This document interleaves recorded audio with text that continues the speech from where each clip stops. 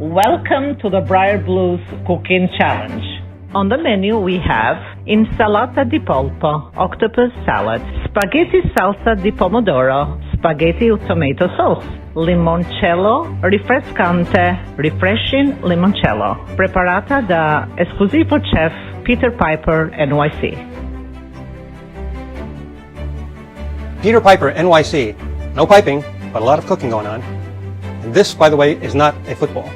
As you will see in the next short while, I'm all about authenticity, speed, efficiency, and great taste, and the fastest way I can do it without with the least amount of issues, I should say, in the 21st century. Now, as far as this chef's code is concerned, I got it some time ago for fun, actually, at a dinner party that I was holding. And I thought it would be fun to have it get me in the mood for this contest. Let's make some bread. This is a silicone baking bowl. It's actually very unique in a lot of ways because you do everything in the bowl. So I'm just adding some warm water, about 100 degrees Fahrenheit, roughly speaking, and some fast-acting yeast, just about a teaspoon and a half. And I'm just going to mix this up. Forgive my fingers.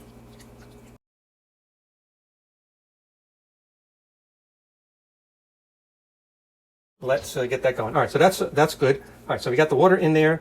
We now are going to add the bread dough. Now, I use some pretty particular about this actually. King Arthur's bread dough. But what's very cool about this is white whole wheat flour. White whole wheat flour. It's whole wheat, but it's white, so it doesn't have that whole wheat flavorish texture and everything else that you get with regular whole wheat. All right, so it's about 2 cups of flour that I'm putting in here. Oh yeah, let me also put in the salt, about 1/4 teaspoon of salt. Mix that all up.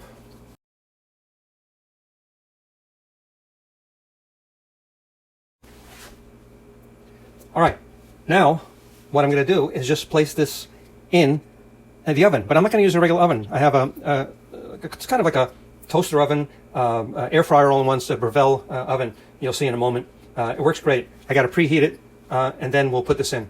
But before we do that, actually, getting ahead of myself, we got to let it sit for an hour. I'm going to put a towel over it and let it sit for an hour, and then we'll put it in the oven.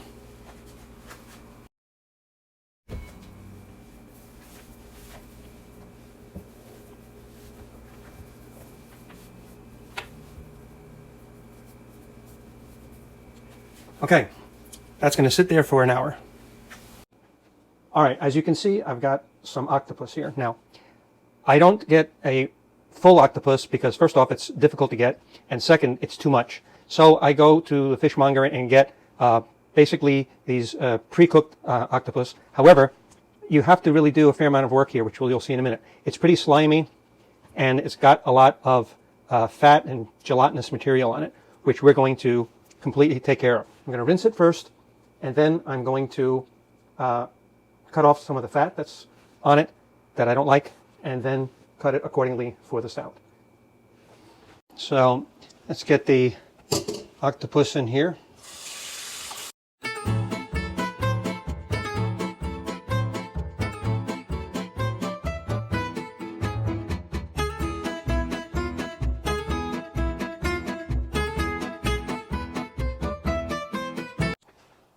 All right, we've cleaned up the octopus.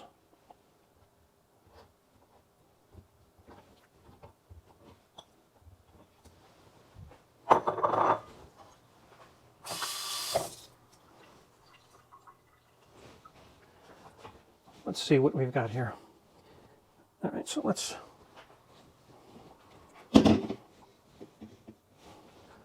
go with that, and okay, it looks pretty good.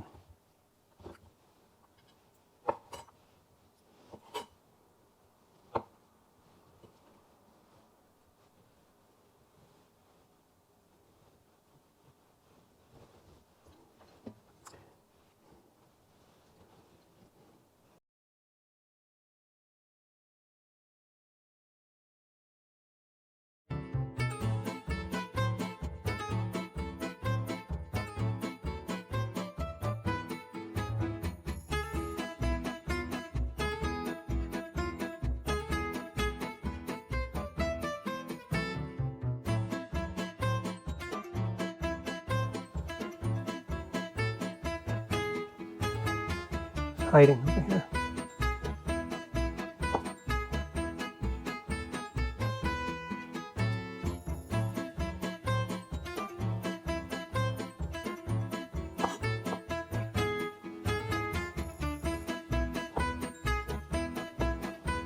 I don't want to give up the good part, so it takes a little extra work, but it is worth it in the end.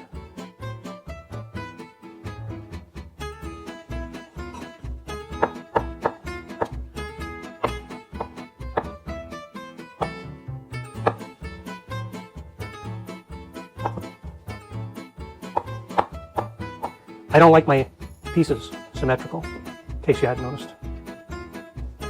Okay, so here we have the basics. Now I'm going to take this and I'm going to put it in lime while I prepare the vegetables.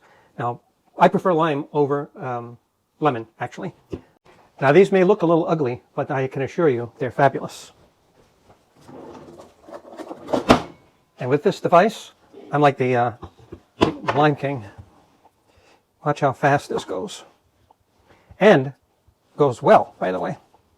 You know, so let me do this, and I've got to get the correct bowl for this, which I didn't put out, actually.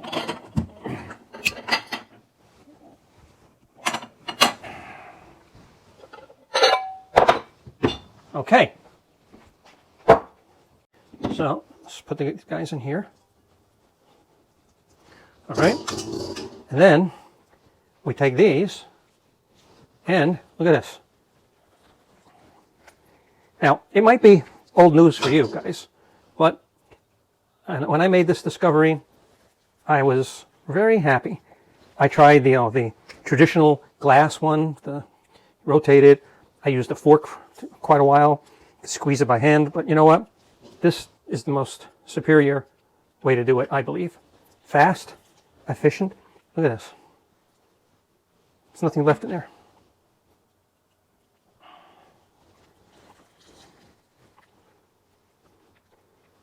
There's nothing, there's no juice. It is squeezed to the limit. Reminds me of the old days when you went to the fountain and they had the actual orange one. Used it for oranges. Much bigger handle. All right, so listen, I'm going to let this sit for a short while I prepare the vegetables. Now, I have some organic cucumbers. All the food that we're using pretty much is organic, I'll say. And we're going to just peel them up.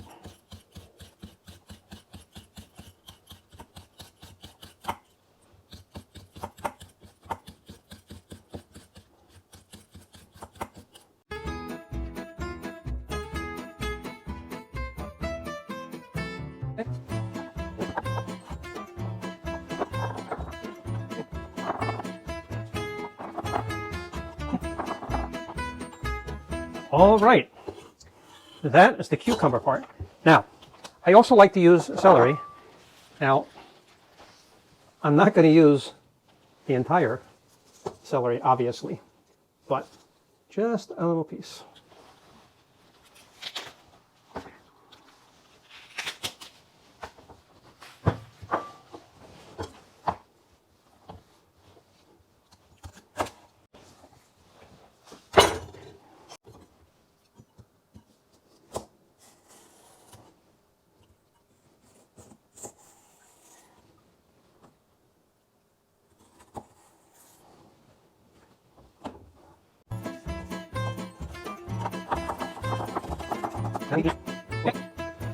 We're going to take the octopus and we're going to mix this in with the octopus.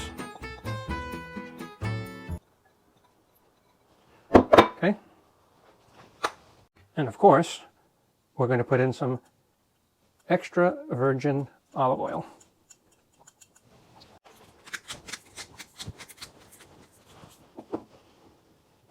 Yeah, so my hands are a little oily, I will say. Not the most well-planned all the time, But a lot of things going on here. So, all right, this will have to chill for a while before it's delicious. So now I'll put this in the refrigerator while we continue with the process of the meal. Okay, let's see how the bread is doing. Looks pretty good.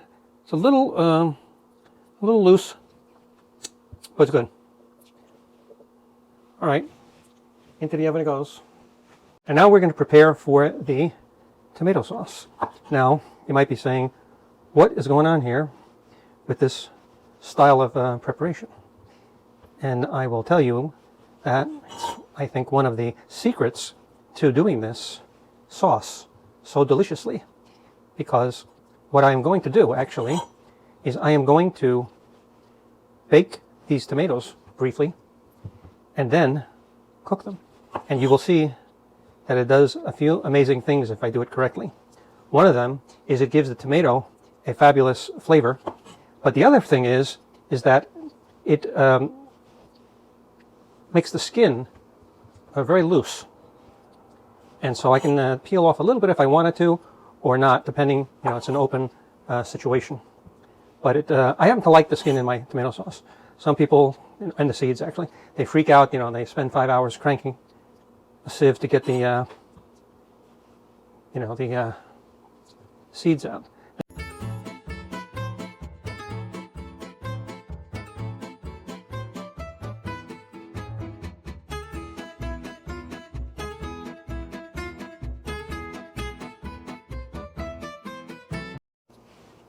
And there we have it, ladies and gentlemen.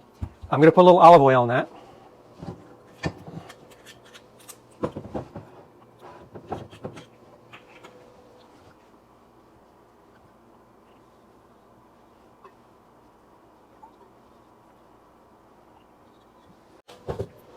And a little bit of salt.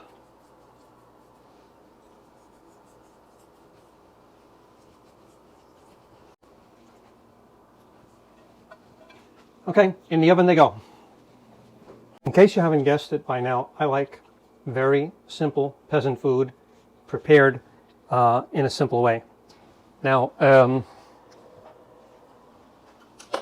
this is another secret, by the way, beside the baking of the tomatoes, and that is the sofrito.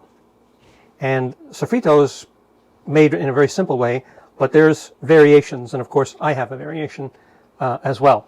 Primarily, it's made up of carrots, garlic. I like to use a serrano pepper. I like to use also onion and a name escapes me, a cipriani onion as well, and celery, and just a little bit of parsley, and a little rosemary, and a little oregano, fresh oregano, plus some of this dry business, which I'll get to in a minute. Well, let's start the first thing, which is the carrot.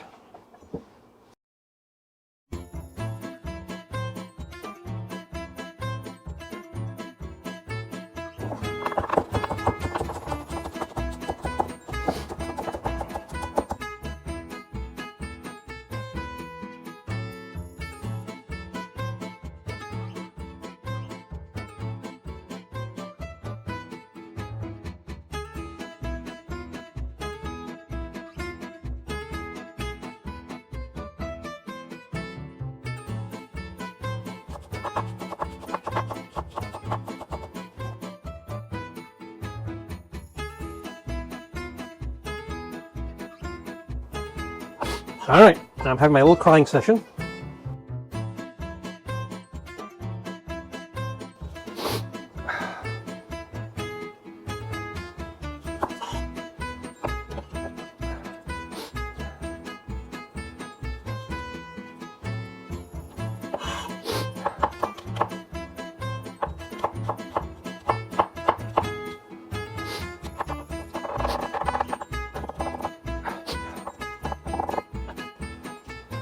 Take the garlic, cool organic garlic. A lot of times I like to just cut the garlic off and bake it. It's delicious, actually.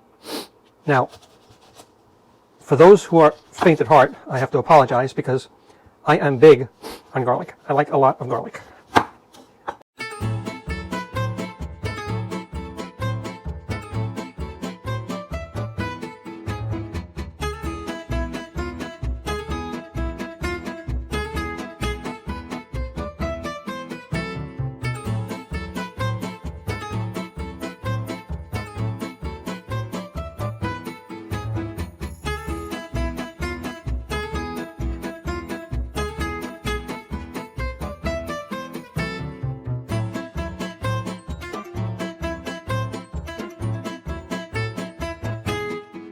Okay, so now I have to kind of let you in on a secret. So this is crushed pepper, basil. I didn't realize I didn't have any fresh basil, so I'm going to have to use dried basil, oregano, thyme, and so on. But this is the treasure. This is a jam jar that I already have some pre-made dried sofrito that I keep on hand, dried sofrito to mix in with the fresh sofrito. So this is going in there. Okay, before we get started with the sofrito, I want to talk pans for a moment. The pans that I use generally are NSF pans, and you'll notice here it says NSF, which is the National Sanitary Foundation. Not that I'm a freak or anything, but what it means is that there's no welds on the inside, it's all on the outside. It's clean on the inside, so there's no food accumulation. If you'll notice in this pan where the handle is, there's no rivets. It's all welded from the outside. Also, it's a very thick bottom pan, and therefore you can heat slowly and so on. But if you'll notice carefully, there's coloration on the pan because there have been times when I've been distracted and I have overheated the pan. But as you can see, no worse for wear. That's why it pays to have an excellent pan, because you can't really cook properly without a great pan. All right. So let's start. Let's heat up the pan first. All this takes time.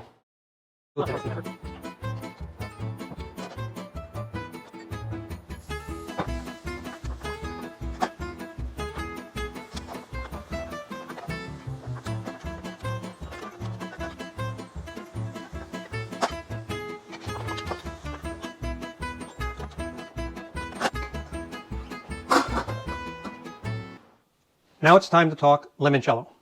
So what I have here are a couple of bottles of vodka.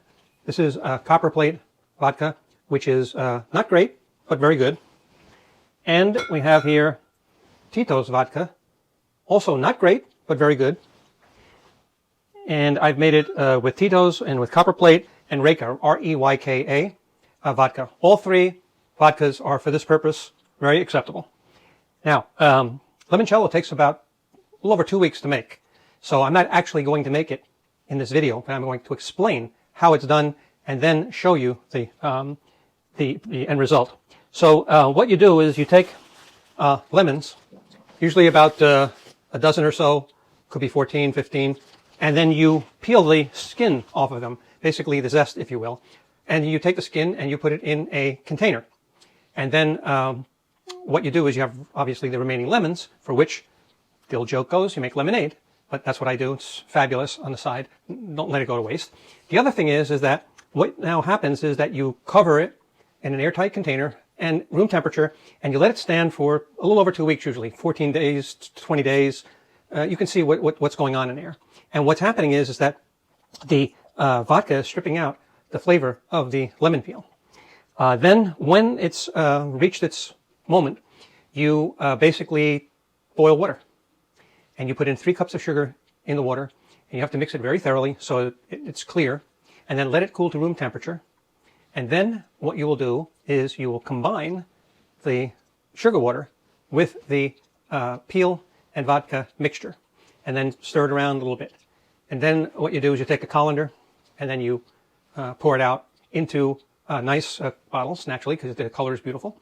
And I keep the peels, actually, which I'm going to show you. These are the actual peels from the process after they've been saturated. Now, I have to tell you, I'm trying to get in the camera here, they're just amazing. And I actually like to eat them. I find them to be kind of like alcohol in a candy, or kind of orange peel type of thing. I like them a lot, just like that. So I have them I keep them as a snack sometimes.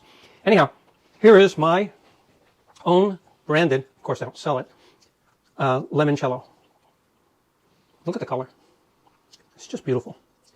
Now, I keep it super cold in the refrigerator, and I like to drink it out of a wide mouth glass because I love to get the aroma. It's just unbelievable. Let me give you a good side view. That wasn't good.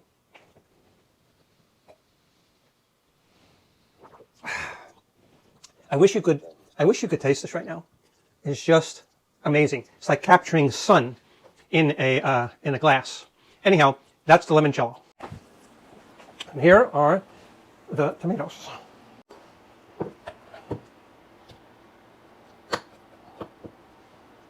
And as you can see, they are really in a great baked form.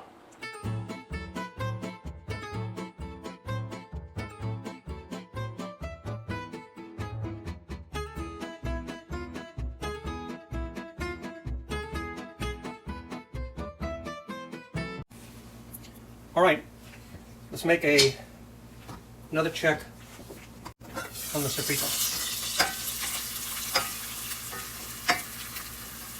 Well, it looks quite good. Okay, time to put in some of the other ingredients.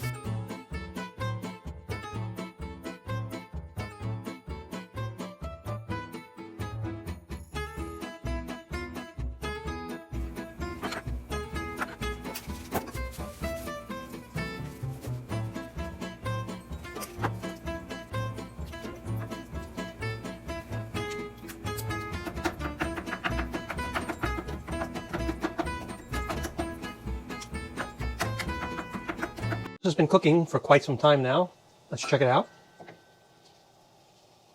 Well, I would say it's done. Now we got to give it the supreme test. Okay, don't look. This is against the rules.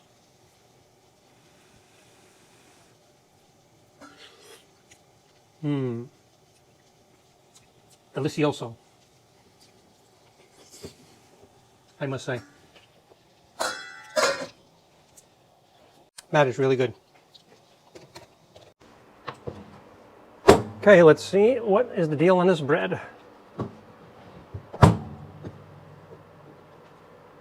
Well, I have to say, not bad.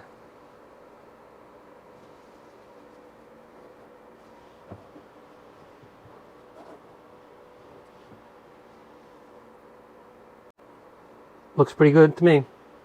All right, we're gonna let it rest for a short while. All right, time for the pasta. Let's see what's going on over here.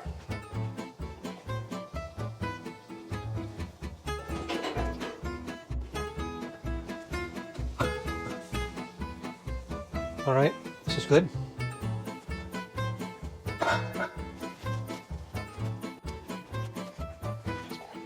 Now, there's many kinds of pasta one could use. In this particular case, I'm using the old standby of thin Barilla pasta.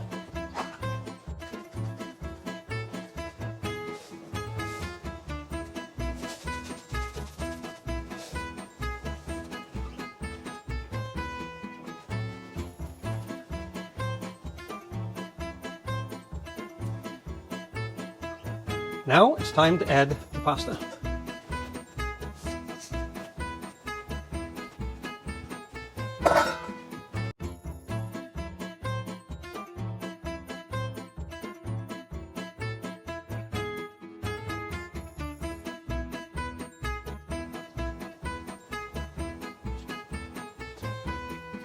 Not yet.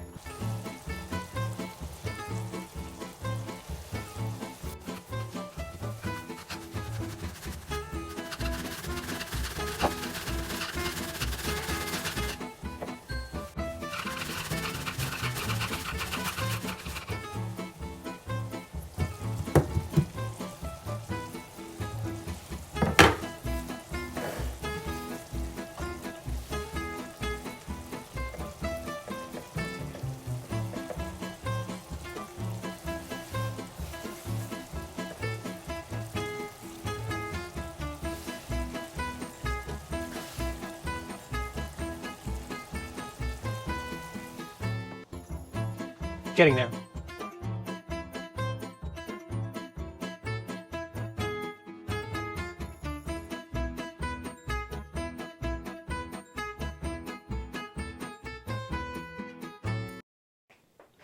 I'll see you at the dinner table.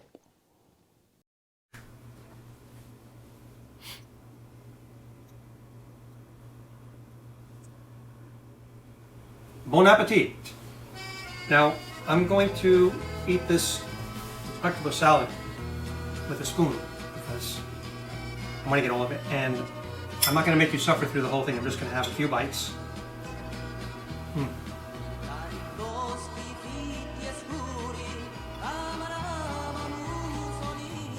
Yeah, I definitely prefer lime over the lemon. It's just perfect. It's absolutely perfect. That's all I can say.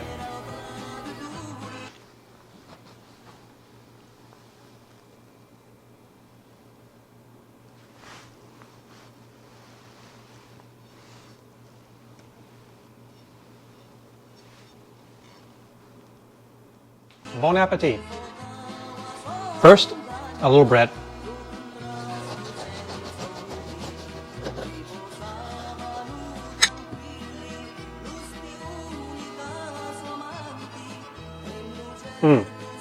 Fantastic. Hard crust and moist, lightly spongy inside. Made with white whole wheat bread. Fabulous.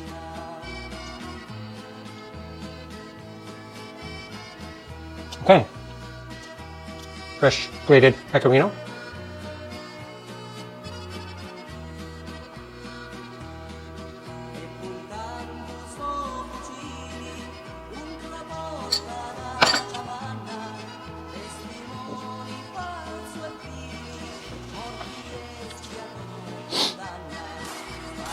Okay, the moment of truth now. Let us check it out.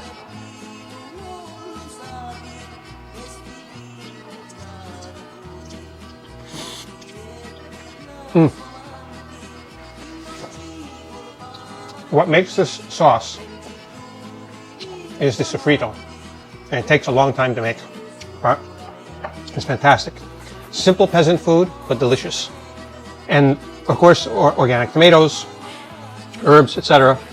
But the thing of it is that I much prefer to cook a larger batch and then to have it, because it's so much work to do that you can have it for several meals. And frankly, it's not this formal. It's just a simple meal. You can just, have it any time during the day. Sometimes I have it for lunch.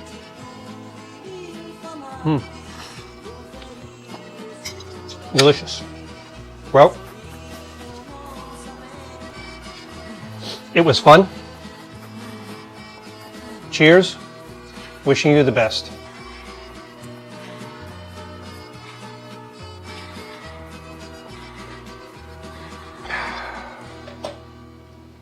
Absolutely amazing.